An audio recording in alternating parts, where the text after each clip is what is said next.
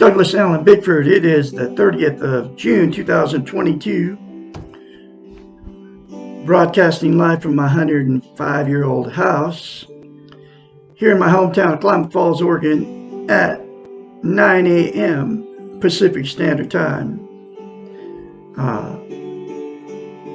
Klamath Falls, Oregon is the gateway to Crater Lake National Park, which is one of the 7 wonders of the world. You ought to come check it out sometime. I am on YouTube and Facebook, and good morning to all my Facebook and YouTube friends. It's going to be a beautiful day here in Klamath Falls, Oregon. I'm teaching you how to be positive about yourself, others, and the world around you, okay? And the way to get that is to attain and maintain self-esteem, okay? And it comes out of a book called The Portable Therapist. What self-esteem is, it's how you feel about yourself inside. It's also known as self-confidence, self-worth, self-love, right? We have all been in romantic relationships, okay? You all know that good feeling when you first meet these people, okay? They walk on water. They can do no wrong. Both people feel the same way about each other. You're bragging to all your family and friends. Your soul can be soulmate. You are soulmates. You're going to live together forever, happily ever after, okay? Well, what self-esteem is that good feeling that you have towards that other person, towards yourself. Dr. Susanna McMahon came 73, lives in Madrid, Texas, with her husband. Wrote this book in the 90s and published in 1992. Every lesson in it talks about how we've been trained and taught not to have self-esteem, self-love, self-worth, self-confidence. And back then it came from the televisions, the churches, the state governments, the radios, all the printed media, right? Now it's 1,000 times worse with all the social media, okay? They're training us not to love ourselves, right? And she knew it back then. So, as a psychiatrist, people would, she has a degree in psychology, doctorate. She also has a master's in philosophy. So it makes her a psychiatrist. So her career is spent as a psychiatrist, a counselor, a therapist for thousands of people. As a psychiatrist, she knew that we were being trained and taught not to have self-esteem, okay? In order to have a healthy mind and to help her clients fix their own minds, she had to come up with a way to give them, to give themselves self-esteem. Nobody can give you self-esteem. You have to give it to yourself. She knew it, okay? Knows it as a psychiatrist. Only you can do it, okay? Like, I can't tell you, I can tell you how to get it, but I can't tell you to get it, okay? I mean, can't force you to do what it takes to get it, okay? So here is the very simple concept that she came up with to give her clients self-esteem so she could help them fix their unhealthy minds, okay? It's called mirror therapy. She told her clients, look at yourself in the mirror, say 4 things. I love you, I love my inner child, I'm worthy to be loved, I'm worthy to love. Those 4 things, and I'm full of goodness.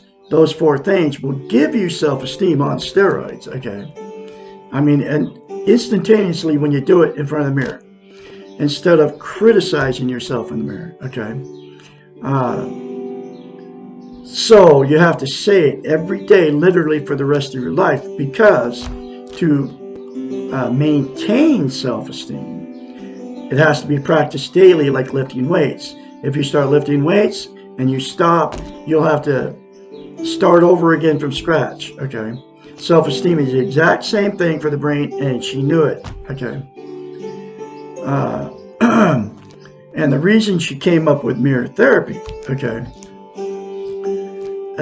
and why it's so powerful, and she knows it as a psychiatrist, a psychological event happens in our brain, we cannot lie to ourselves in the mirror. Okay? So that's why when you get in front of the mirror, you can easily think or say bad things about yourself because that's how you feel about yourself inside. Okay? But you can't say good things to yourself in the mirror, and those 4 things are good things, folks, because you cannot lie to yourself in the mirror because you don't feel that way about yourself. So, the very first time you say it, you'll have to force yourself to do it. Okay? It'll feel very awkward and strange, but do it anyway beyond that feeling. The more you say it, the more you feel it, the more you believe it. That's happened to me. I mean, I had to force myself to do it, but I did it because she told me to. She's my psychiatrist, my therapist, my counselor. She told me to do it, and I did it because of her. But, man, it was weird, okay? It's going to feel weird for you, too. It even feels very strange for me even to tell you this. In fact, it feels so strange that you want to turn me off, okay? So anyway, the reason that self-esteem is so vital to attain and maintain is this. We can't be content without it. What content means is you feel good about how, where, and what you are. It's also known as internal peace. Okay? There are 11 things that people are using to try to be content. They are Facebook, drugs, alcohol, sex, food, television, gambling, religion, another person, material possessions, or money. Those 11 things are all known as externals outside of yourself. They will make you content temporarily, but they will never make you permanently content and give you internal peace. Okay? You all know what I'm talking about. That the good feeling goes away from the drugs, the good feeling goes away from the alcohol. Then you have to do more of both to get the same good feeling, okay? And even the like on Facebook. You post so you can get a like, right? So you have to do more posts on Facebook, get more likes. That good feeling is only temporary. And the other 8 things are exactly the same thing. It's always a temporary fix. There's only one thing that'll give you internal peace and make you content permanently, and that's to attain and maintain self-esteem. You will not be happy all the time, but you'll have internal peace. I have it now. I've had it for well over a year, probably like 18 months now, because I faithfully every day I say to myself in the mirror, I love Douglas Allen Bickford. I love my inner child. I'm worthy to be loved. I'm worthy to love. I am full of goodness.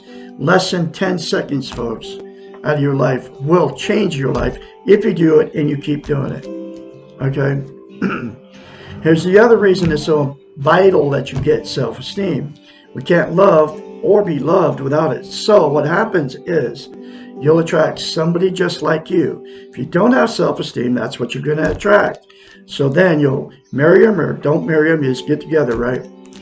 Then after the good feeling goes away, then the relationship, this is without self-esteem, then the relationship gets toxic, turns toxic.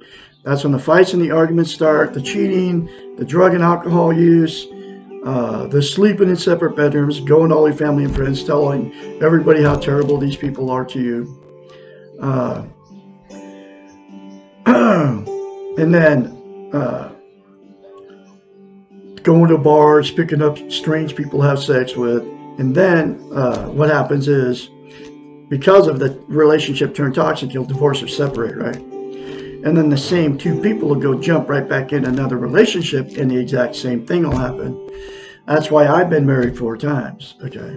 Because every relationship I got into, I went in without self-esteem, and the person I got with had no self-esteem. So we didn't make it, right? The next thing that'll happen is people get in without self-esteem. You'll stay in that relationship forever.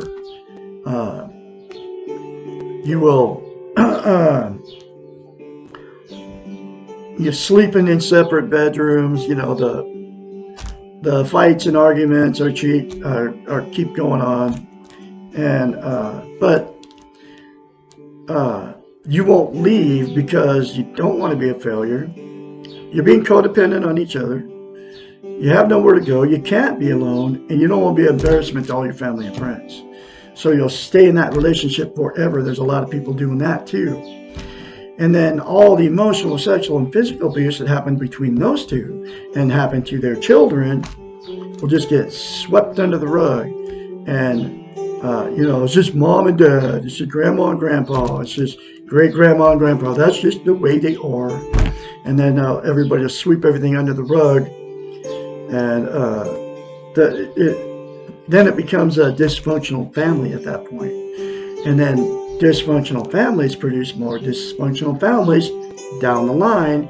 And then down the line, all the bad gets swept under the rug by all the children. And it just keeps going on and on. The cycle continues, right? And the very last thing that will happen with two that got together with no self-esteem, the two that after have had many failed marriages or many failed relationships, right, will just exit out of the romantic scene and just be alone for the rest of their lives. And they'll be just as miserable without self-esteem like they were in the relationship, because you cannot have internal peace without self-esteem. And then they'll use the 11 things to try to make themselves feel good, okay? So there is a cure for all of what I'm talking about. Excuse me. And that is to attain and maintain self-esteem, okay? And you can all attain it, okay? And that's by the 4 things to yourself in the mirror and daily, all parties involved. And then get this book very cheap on Amazon, and all parties involved go through the book together to do the many other concepts in this book that will fix your unhealthy relationship. And it will give you the strength. If the other person doesn't want to change and you want to change, it'll give you the strength to get out of that toxic relationship, okay? So I am going through this book one lesson at a time. Here's that next lesson.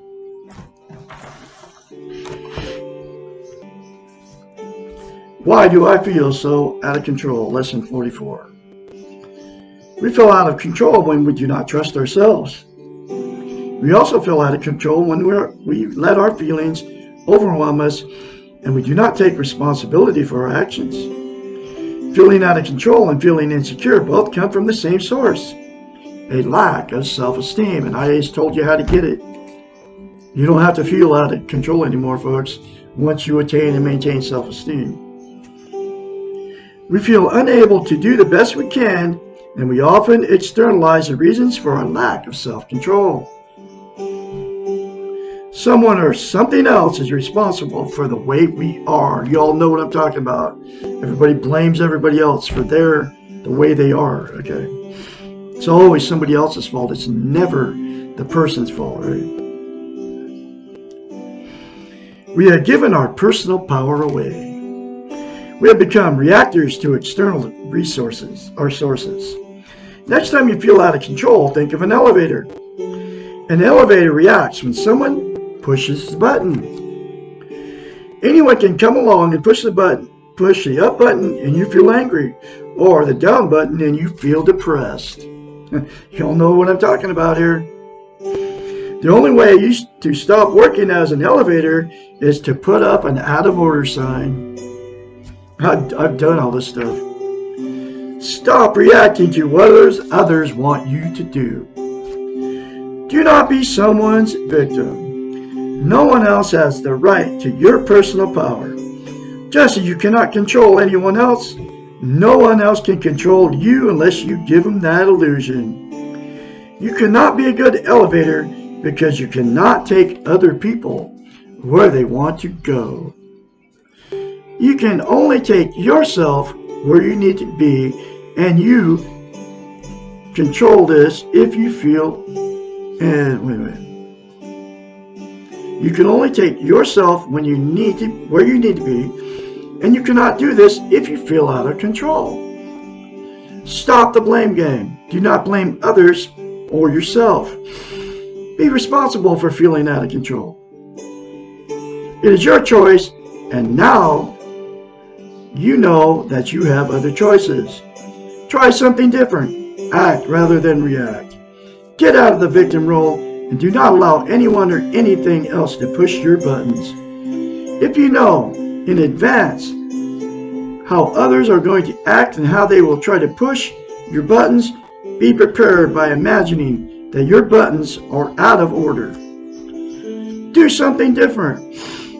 Act first before they act. Use your objective eyes to perceive what they're doing and do not internalize their behaviors. What others do is their choice. Ask yourself why they're making that choice. Is it possible that they are as insecure as you and need you to react in order to justify themselves? People who need victims, who need to push buttons in others, are not people who have self-esteem. Self-esteem ones will not take your power even if you try to give it to them. They will not reinforce your reacting behaviors, but will encourage your taking control of yourself. They will never want you in the victim role. They do not need you to be their elevator.